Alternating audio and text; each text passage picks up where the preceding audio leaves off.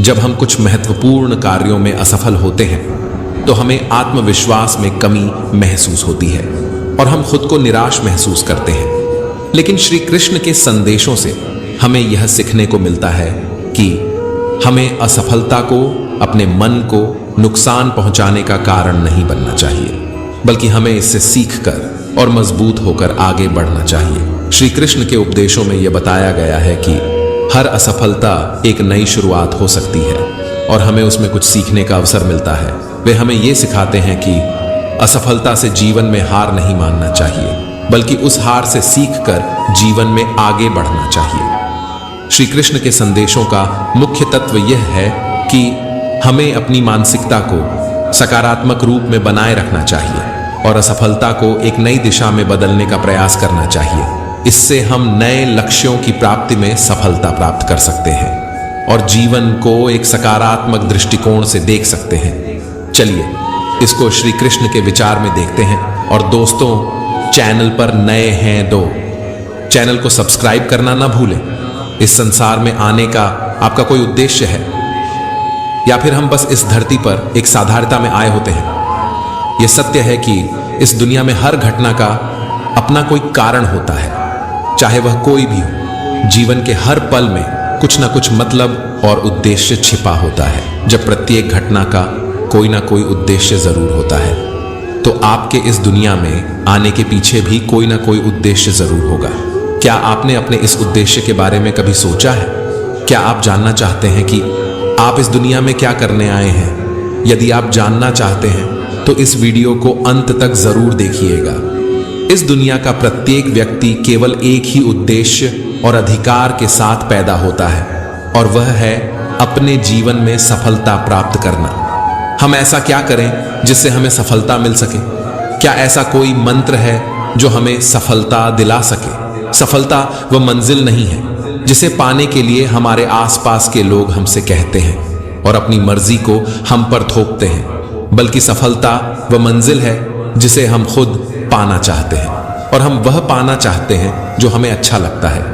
हम उसे पाना चाहते हैं जिसमें हमें सुखद अनुभव होता है। हमारी मंजिल वही है जिसे प्राप्त करने में हमें आनंद का अनुभव हो। अतः आप अपनी मंजिल को किसी दूसरे के बताने से नहीं, बल्कि खुद चुनिए। फिर चाहे कोई भी और कितना भी आपका विरोध कर ले, कोई भी परेशानी पैदा कर ले, आप अपनी मंजिल तक पहुंचकर ही रहेंगे। तब आपको कोई रोक नहीं सकता। और अगर बिना मन की सफलता मिल भी गई तो आप जिंदगी भर खुशी नहीं रह पाओगे। यदि सफलता को प्राप्त करना है तो अपने मन के सागर में गोता लगाओ और देखो कि आप अपनी जिंदगी में कौन सा रंग भरना चाहते हैं। देखो कि आप अपने आप को किस रूप में देखना चाहते हैं। अपनी इच्छा को, अपने सपने को, अपने मन के आईने को सामने रखकर तो देखो, बिल्कुल साफ नजर आ जाएगा कि आप क्या चाहते हैं। आईना कभी झूठ नहीं बोलता, न कोई शंका उत्पन्न करता है। जो जैसा है वैसा ही दिखाता है। अपने उद्देश्य को जाने और आगे बढ़ें, जहां सफलता आपका इंतजार कर रही है। सफलता को प्राप्त करने के लिए समझौता करने की आवश्यकता नहीं है, बल्कि सफलता की दिशा में कठिनाइयों का सामना करें और अपनी मंजिल की ओर अग्रसर हों। दूसरों की इच्छाओं को अपने ऊपर नहीं थोपना है। जो आज सफलता के शिखर पर है तो उसका एक ही कारण है कि उसने वह किया जो खुद करना चाहता था। उसने अपने मनपसंद कार्य को अपना करियर चुना। अतः यदि सफलता को प्राप्त करना है तो उठो, जागो और चल दो अपनी मनपसंद मंजिल की ओर। और तब तक मत रुको जब तक सफलता प्राप्त ना हो जाए। अपने खुद के सपने को हकीकत बना दो, ना कि दूसरे के थोपे गए सपनों को हकीकत बनाने की कोशिश करो। क्या आप जानते हैं एक सफल और एक असफल व्यक्ति में सबसे बड़ी समानता क्या होती है और सबसे बड़ी असमानता क्या होती है? दोनों में सबसे बड़ी समानता यह होती है कि दोनों ही सपने देखते हैं, लेकिन सबसे बड़ी असमानता यह होती है कि सफल व्यक्ति तो खुद के सपनों को हकीकत में बदलने के लिए सफलता की और कदम बढ़ा देता है, जबकि एक असफल व्यक्ति दूसरों द्वारा उस पर थोपे गए सपनों के बोझ को लेकर उन्हें हकीकत में बदलने के लिए कोशिश करता है। यह बात समझ लीजिए कि अपने मनपसंद सपनों को पूरा करने के लिए कदम बढ़ाने से ही सफलता हासिल होती है और तभी हमारा इस दुनिया में आना सफल होता है। अपने जीवन के उद्देश्य को पहचानो और सफलता प्राप्त करने के अपने अधिकार को प्राप्त कर लो। श्री कृष्ण कहते हैं, जब सूरज अस्त होता है तो दरवाजे हर कोई बंद करता है, लेकिन जब भाग्य का सूरज अस्त होता है तो भी दुनिया के दरवाजे बंद हो जाते हैं। जब कभी ऐसी स्थिति आए तो आप ध्यान रखना कि सभी दरवाजे बंद हो सकते हैं, लेकिन परमात्मा का दरवाजा कभी बंद नहीं होता, वह हमेशा खुला रहता है। अगर वह एक दरवाजा बंद करता भी है तो अनेक दरवाजे खोलता है। उदासी और दुख में डूबा हुआ इंसान बंद दरवाजे की ओर देखता है और जो दरवाजे खुले हुए हैं उधर नहीं देखता। जब हम किसी अहंकार में आकर ये सोचते हैं कि मेरी अक्ल, मेरी शक्ति, मेरा सामर्थ्य और मेरी योग्यता के कारण ही यह सब संभव हुआ है और मैं अपने कार्यों में सफल हुआ हूं, तो ध्यान रखना, घमंड से इंसान फूल सकता है परंतु फल नहीं सकता, क्योंकि परमात्मा को किसी का अहंकार बर्दाश्त नहीं है। जब व्यक्ति ऐसा करता है तभी चोट खाता है। एक बार महाभारत में युधिष्ठिर के सवाल के उत्तर में भीष्म पितामह ने कहा, मनुष्य से बढ़कर कोई नहीं। आपको यह जानकर आश्चर्य होगा कि 44 लाख योनियों के बाद हमें मनुष्य जीवन मिलता है और संसार के सभी प्राणियों में मनुष्य ही सबसे श्रेष्ठ है, लेकिन इस धरती पर हम दुनियादारी के चक्कर में ऐसे फंस जाते हैं कि हमारी बुद्धि सीमित दायरे में ही सिमट कर रह जाती है। हम सांसारिक सुखों को ही सब कुछ मानकर उसमें लिप्त रहने में ही अपना सौभाग्य और अपने जीवन की सफलता समझते हैं। क्या आपने कभी सूर्य की बिखरे हुई किरणों को लेंस के माध्यम से एकत्रित करके किसी कागज पर डाला है? आपने ऐसा जरूर किया होगा और आपने देखा होगा कि जब हम सूर्य की बिखरी हुई किरणों को लेंस के माध्यम से एकत्रित करके उसे किसी कागज पर डालते हैं तो वह कागज जलने लगता है। जरा सोचिए, सूर्य की किरणें तो हर तरफ हैं, लेकिन फिर भी लेंस ने ऐसा क्या जादू कर दिया कि सूर्य की किरणों ने कागज को जला दिया। दरअसल ऐसा इसलिए हुआ क्योंकि लेंस को पता था उसका लक्ष्य क्या है, उसका अपने लक्ष्य पर फोकस था। सूर्य की हर तरफ बिखरी किरणें किसी को नहीं जलाती, लेकिन जब वही किरण लेंस के माध्यम से एकत्रित होती है तो कागज को जला देती है।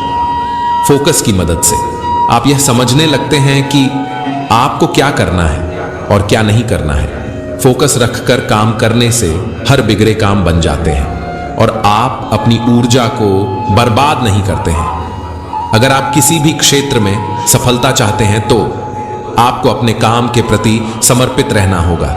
जब आप अपने मनचाहे क्षेत्र से जुड़ा कोई काम करते हैं तो उस काम के प्रति समर्पित हो जाते हैं तो आपको सफल बनने से कोई नहीं रोक सकता है, खुद आप भी नहीं। एक समय की बात है, एक यात्री एक देश की यात्रा पर निकला।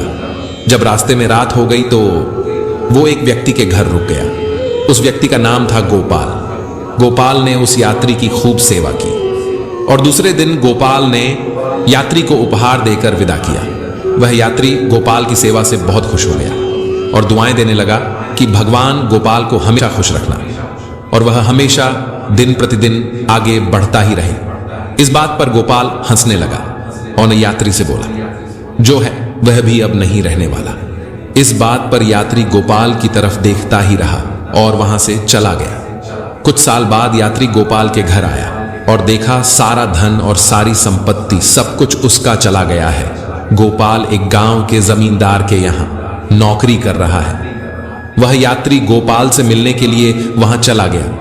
गोपाल ने उस अभाव में भी उस यात्री का स्वागत किया और झोपड़े में ही फटी चटाई पर बिठाया।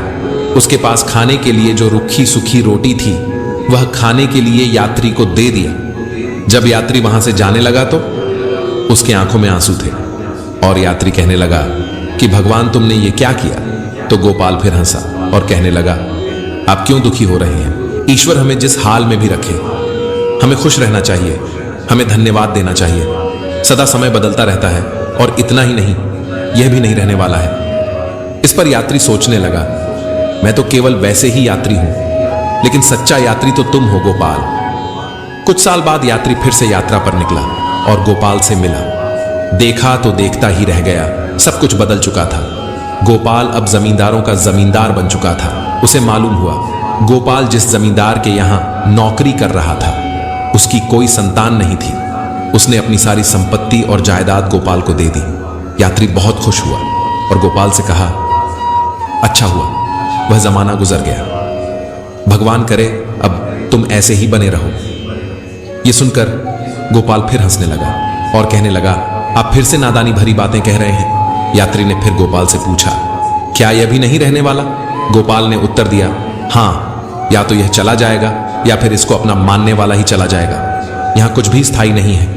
यदि कोई बात शाश्वत है तो वह हमारी आत्मा है, वह है हमारे मन का सुकून, और बाकी जो कुछ भी है वह हमेशा रह नहीं सकता। यात्री ने गोपाल की बात को ध्यान से सुना और वापस चला गया। जो होता है उसे स्वीकार करो। कुछ सालों के बाद यात्री उस गांव से गुजरा तो गोपाल का महल तो है, लेकिन उसमें गोपाल नहीं है। गोपाल अब इस दुनिया में नहीं रहा, उसकी मृत्यु हो चुकी थी। यात्री मन ही मन सोचने लगा, इंसान जीवन भर कितना अस्थायी होता है, रोता रहता है, दुखी रहता है। जिन चीजों के लिए इंसान दुखी रहता है, वास्तव में वह चीज तो हमेशा रहने वाली नहीं है, वो सारी चीजें बदलने वाली हैं। इस कहानी से हमें एक महत्वपूर्ण सीख मिलती है कि जब जीवन में कोई मुश्किल, तकलीफ या दुख आता है तो हमें इसे एक नए दृष्टिकोण से देखना चाहिए। हमें यह याद रखना चाहिए कि पहले भी हमारे जीवन में कई मुश्किलें और उलझनें आई थीं, लेकिन हमने उन्हें पार किया है। जैसे वे मुश्किलें हमारे सामने आईं और फिर चली गई, वैसे ही यह नई समस्या भी एक दिन हमारे जीवन से हट जाएगी। इसलिए हमें कभी भी आधारित होकर दुखी रहने की आवश्यकता नहीं है, क्योंकि यह स्थिति हमेशा के लिए नहीं बनी रहती। जीवन का सफर चलता रहता है और हमें हर कदम पर नई चुनौतियों का सामना करना पड़ता है। हमने पहले भी मुश्किलें पार की हैं, इसलिए हम इस नई मुश्किल को भी पार कर सकते हैं। इसलिए हमें हमेशा आगे बढ़कर अपने लक्ष्यों की प्राप्ति के लिए प्रयासरत रहना चाहिए। सफलता को समझने का सही तरीका है कि आप प्रयासों का मूल्यांकन करें, न कि सिर्फ सामाजिक प्रतिष्ठा की मानकों पर आधारित हुए। हमें यह भी स्वीकार करना चाहिए कि सफलता का सच्चा मतलब है स्वयं को सुधारना और अपनी ऊर्जा को सही दिशा में प्रवृत्त करना। जीवन को महानता की ऊंचाइयों तक पहुंचाने के लिए हमें अपने प्रयासों में संघर्ष को स्वीकार करना चाहिए। सच्ची सफलता का मार्ग हमें स्वतंत्रता, समर्पण और उत्साह से भरा होता है। जीवन के सभी पहलुओं को समझकर और उनसे सीखकर हम अपने आत्मनिर्माण में कदम से कदम मिलाकर आगे बढ़ सकते हैं। आइए हम सभी मिलकर महानता की ओर बढ़ने का निर्णय करें और अपने जीवन को सच्ची सफलता की ऊंचाइयों तक पहुंचाएं। आशा है कि इस वीडियो ने आपको श्री कृष्णा के आदर्शों और उनके भगवत गीता के भव्य भाषणों से प्रेरित किया होगा। जीवन में कभी कभी असफलता होना एक स्वाभाविक प्रक्रिया है, लेकिन हमें इसे अपनाकर उससे सीखना चाहिए। दोस्तों, आप हमें कमेंट्स करके जरूर बताएं कि ये ज्ञान भरा वीडियो कैसा लगा, और इस कृष्ण ज्ञान को लाइक और शेयर करें अपने दोस्तों और परिवारजनों के साथ। और चैनल पर नए हैं तो चैनल भी सब्सक्राइब करें। मिलते हैं अगले ध्यान भरे वीडियो के साथ। तब तक के लिए आप अपना ध्यान रखें। जय श्री कृष्ण।